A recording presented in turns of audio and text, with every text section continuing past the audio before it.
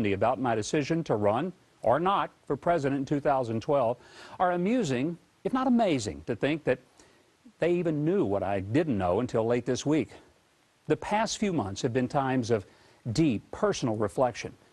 Even though I wasn't actively establishing a campaign organization or seeking financial support to run again, polls have consistently put me at or near the top to be the Republican nominee.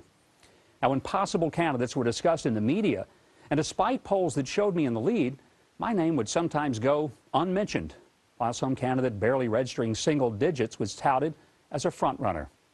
But I found comfort that the nomination would not be made by commentators, columnists, or consultants, but by the rank-and-file voters in the Republican primary. And their support is strong, and it's been growing. Concerns that I had about raising the necessary funds to be competitive or being able to win in states outside the South were answered when signs of strong financial support materialized and when polls showed me winning in states like Pennsylvania, Maine, even New Jersey.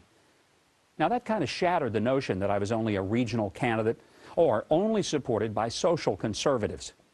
I hadn't done much toward a race because, frankly, my life was filled with work that I truly love right here at Fox News and doing radio commentaries on my daily Huckabee report on 600 stations, traveling the country for speaking engagements, and then helping good, conservative, pro-life candidates who were running for office. Other people probably thought about it more than I did. I don't have an issue with my family being supportive. My wife actually has encouraged me to do it, despite knowing full well that it would subject her and the rest of the family to some brutal and savage personal attacks. My adult children also have made it clear they'd be with me no matter what. Now, when people ask me, what would it take for me to run? I tell them the same thing. Pray for me to have clarity in the decision. I don't expect everyone to understand this, but I'm a believer and a follower of Jesus Christ. And that relationship is far more important to me than any political office. For me, the discussion and decision is ultimately not a political one. It's not a financial one. It's not even a practical one. It's a spiritual one. The past few weeks, the external signs and signals and answers to many of the obstacles point strongly toward running. And when I'm with people encouraging me to run, it's easy to feel the strength of their partnership and commitment to help me to the finish line. But only when I was alone, in quiet and reflective moments, did I have not only clarity, but an inexplicable inner peace, a peace that exceeds human understanding. All the factors say go, but my heart says no.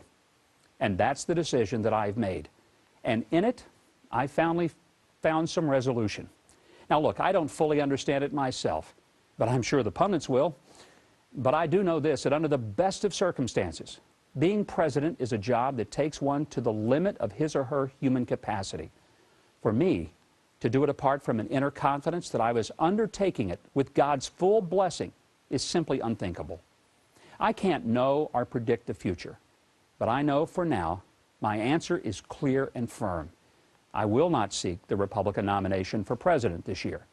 I'm going to gladly continue doing what I do and hopefully helping others in their campaigns for Congress, governorships, and other positions.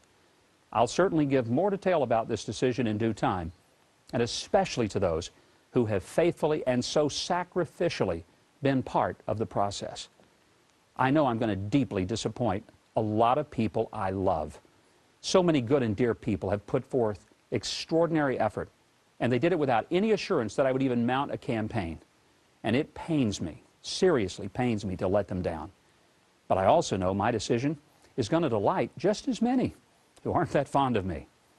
But let me say, I'm eternally grateful for the faithful support of my wife, children, and my real friends who promised to stand with me no matter what. I had come to believe that I would be in the race for president, but I won't be. I will for sure be rededicating myself to standing for and communicating the principles of common sense, constitutional government, and civil discourse that I believe are critical to the survival of this great and wonderful republic. From New York, this is Mike Huckabee. Good night. God bless.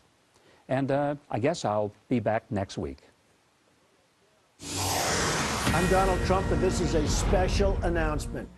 Mike Huckabee is not going to be running for president.